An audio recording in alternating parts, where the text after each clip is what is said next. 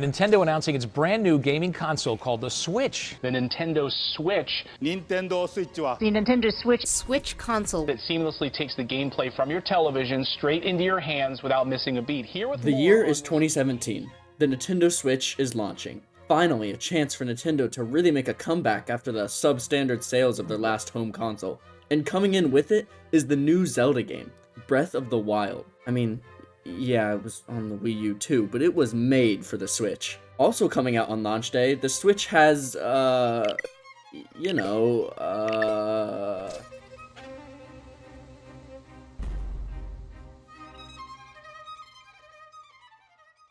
So, yeah, there's just one little problem. It doesn't technically have any games on launch. But not to worry though. A lot of consoles have this problem on launch day, because most third-party developers don't have enough time with the console to make a full game with it yet. So what does a game company do? They make something called a tech demo. Something usually made as a way to showcase the special new features and entertain the excited users enough during the first few months, until the actually good games come in and flesh out the catalog.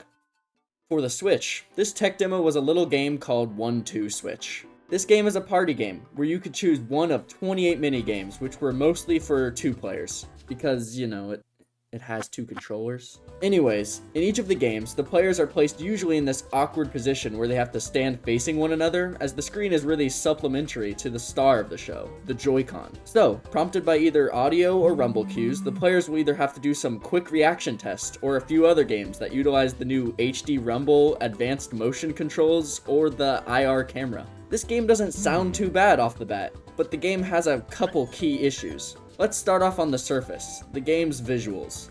All of the people just look like the stock photo people you see everywhere. So it just looks like a bunch of stock footage with the minimal amount of graphics possible for the actual game. It comes across as more of a rushed decision than an artistic choice too. The next main complaint for 1-2 Switch is the price. This time, Nintendo saw the possibility of a quick buck to pry from the hands of excited consumers. So they charged $60. Yeah, that's right. The price you could pay for the new Zelda game with an expansive map and engaging story that changed open world games forever, or a game that makes the rumble tickle your hands. Ooh. I'm not even saying it had to be free, even though a lot of tech demos are just packing games with your console. But $60 is absurd. They could have just made it like a $10 eShop game, but still, this is one of the top selling games on the Switch because of the desperation for any games at the time.